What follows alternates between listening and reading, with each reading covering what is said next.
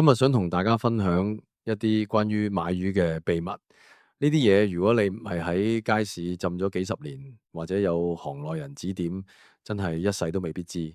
前幾日我特登去咗西貢碼頭，頭一位識咗好耐，今年已經78歲嘅老漁夫根叔傾偈。根叔由12歲就開始跟住佢阿爸出海，喺海上浮浮沉沉咗超過60幾年。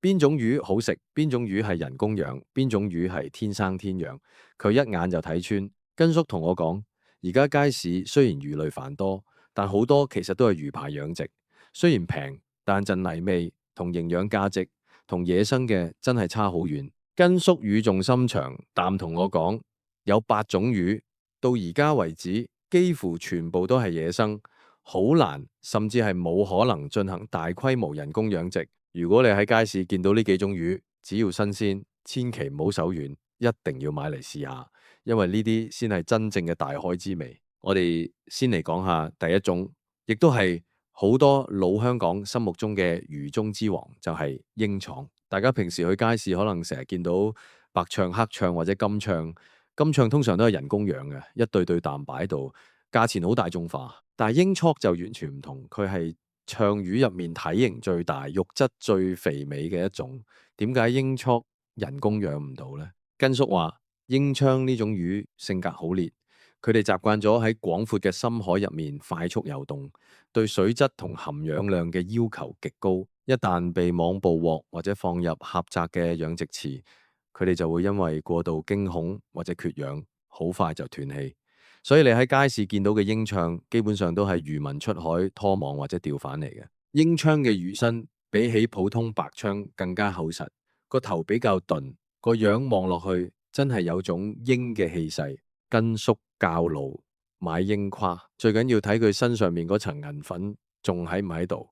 如果鱗片完整、銀光閃閃，嗰啲就係極品。雖然英鯧嘅價錢可能係普通魚嘅3、4倍。有時甚至要成幾百蚊一斤，但係佢嗰種入口即化、油脂感極重嘅味道，真係養殖魚永遠比唔上。接住落嚟，第二種係好多人細個嘅回憶，但係而家越嚟越貴嘅野生大黃魚。講起大黃魚，大家可能覺得好奇怪，街市唔係周圍都有黃花魚咩？10零20蚊有一條添。根叔搖搖頭話，嗰啲全部係福建一帶養殖嘅養殖黃花，真正嘅野生大黃魚。喺1970年代之前，香港近海仲有好多，但因為過度捕撈，而家已經變到好似金紙咁貴。野生大黃魚同養殖嘅最大分別喺邊？野生大黃魚因為喺大海度游，身體非常修長，魚頭細，最重要係佢個肚位係閃閃發光嘅金黃色，唔係養殖嗰種死黃色。根叔話，野生大黃魚對生存環境非常挑剔，佢哋有洄游習性。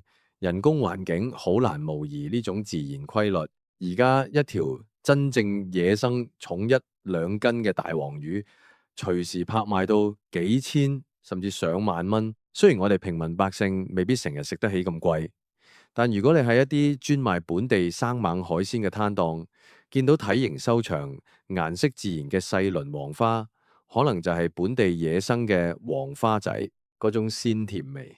蒸熟之後，魚肉呈蒜瓣狀，真係極品中嘅極品。第三種魚，根叔話一定要提下馬友。香港人有一句順口溜：一腔二馬三黃花。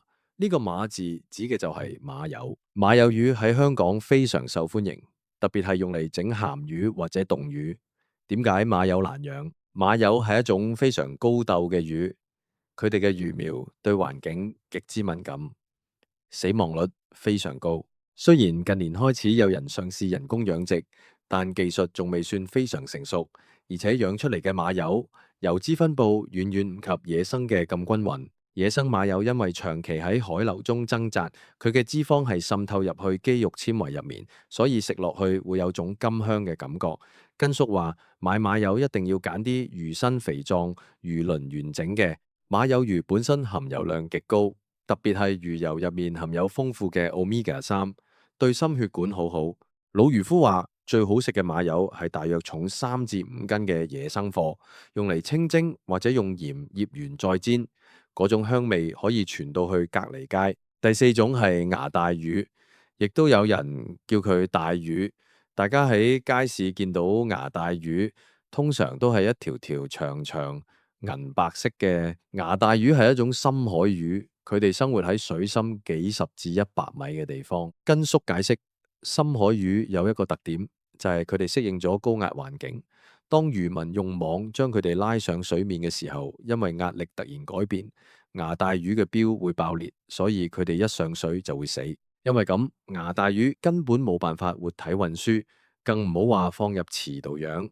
而家雖然有科研想嘗試模擬深海環境養殖，但成本高到離譜，完全唔符合經濟效益。所以你喺街市買到嘅牙大魚100%係野生。野生牙大魚肉質細嫩，雖然刺比較多，但係非常鮮甜。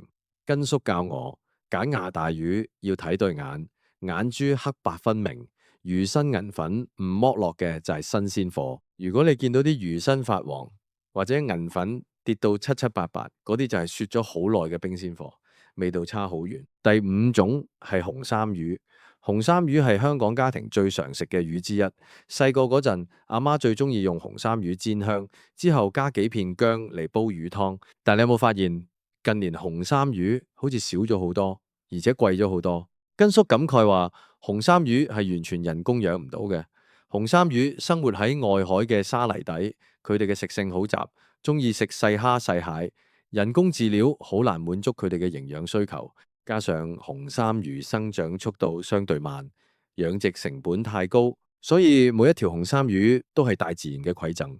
根叔話：以前1980年代紅衫魚係平價魚，但而家已經變咗高檔魚。買紅衫魚一定要揀魚身，條紅色紋路鮮豔、魚眼清澈嘅紅衫魚最適合用嚟油煎，煎到兩面金黃、皮脆肉嫩，嗰種海水嘅鮮味真係令人回味無窮。第6種。根叔笑笑口話：呢種魚外表好醜樣，但係好多識食之人嘅心頭好，就係狗肚魚。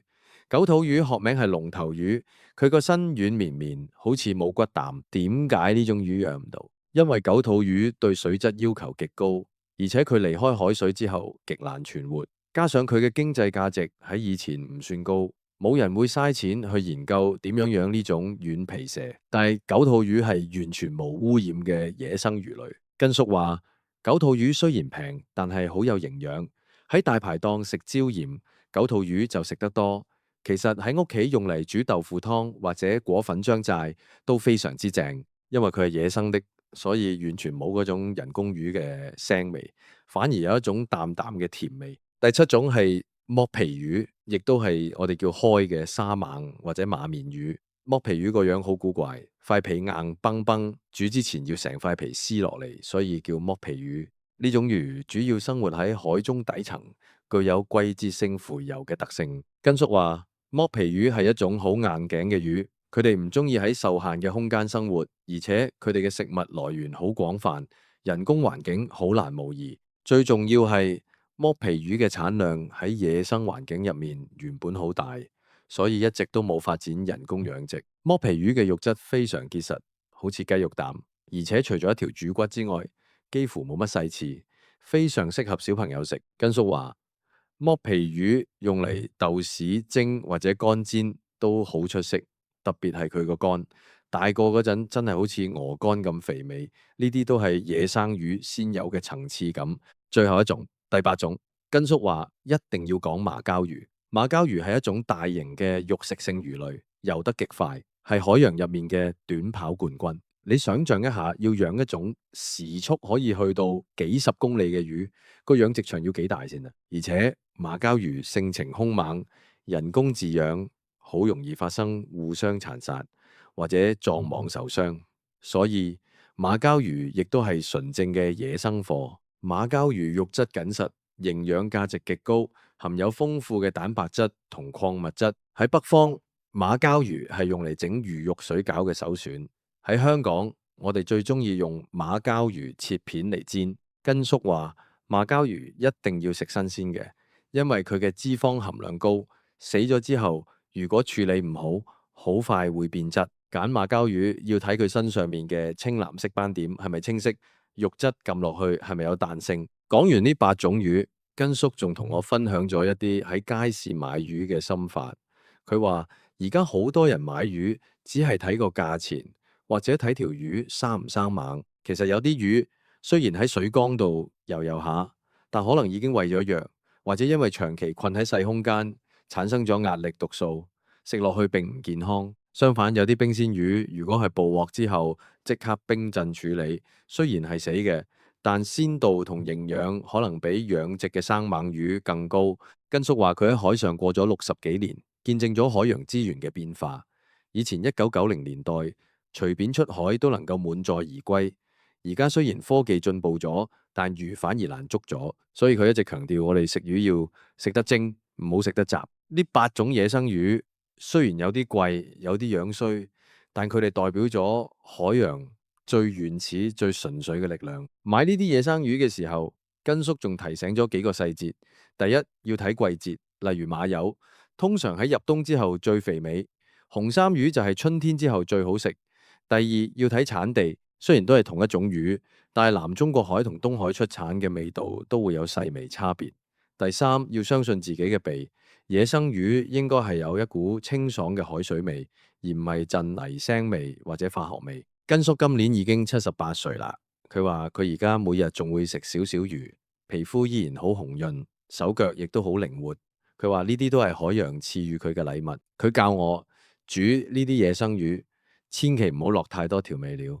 老一輩香港人最講究原汁原味，一條靚嘅野生魚，幾片薑，少少葱絲，蒸熟之後淋少少熟油同靚生抽，已經係人間美味。我聽完根叔講呢番話，真係獲益良多。其實我哋平時追求養生、追求健康，好多時都係想返食物最原始嘅樣。喺呢個化學品添加劑同大規模人工養殖充斥嘅時代，能夠喺街市睇到呢8種依然保持野性嘅魚，真係一種福氣。所以下次你行街市見到英鲇、野生大黃魚、馬友、牙帶魚、紅衫魚、九肚魚、剝皮魚或者馬鮫魚，記得諗起根叔嘅說話。雖然佢哋可能唔係日日都有，或者價錢會隨住天氣起伏，但只要你遇到，就真係唔好走寶。最後，根叔仲同我講咗一個關於漁民嘅小故事。佢話喺佢20歲嗰年，曾經喺海上遇到大風浪，當時船上物資差唔多用晒，就係靠住捕獲到嘅野生馬友同牙帶魚支撐住佢哋一班兄弟返到岸。佢話野生魚有一種生命力，係養殖魚永遠冇辦法提供嘅。當你食呢啲魚嘅時候，你唔單止係喺度補充蛋白質，你仲係喺度吸收大海嘅精華。聽完今日嘅分享，大家係咪對買魚又多咗一份認識呢？其實生活入面好多智慧都係隱藏喺呢啲老一輩嘅經驗入面。買河唔單止係為咗填飽個肚，更係一種對生活品質嘅追求。希望大家以後去買魚嘅時候，都可以做個聰明嘅消費者，到真正健康好食嘅野生海鮮。記得食得健康先至係最好嘅養生。下次去街市試下呢8種魚，話唔定你會發現一個全新嘅味覺世界。根叔話佢打算做到80歲就正式退休，到時想去環遊世界。但佢話無論去到邊，最掛住嘅依然係香港仔避風塘嗰陣陣嘅海水味，同埋嗰條啱啱出水嘅紅衫魚。海洋對我哋好慷慨，我哋都要學識珍惜呢啲資源。買魚唔走寶，唔單止係慳錢或者食好嘢，更係一種對大自然規律嘅尊重。希望根叔呢份60幾年嘅智慧，可以幫到每一位想食得健康、食得清淡嘅朋友。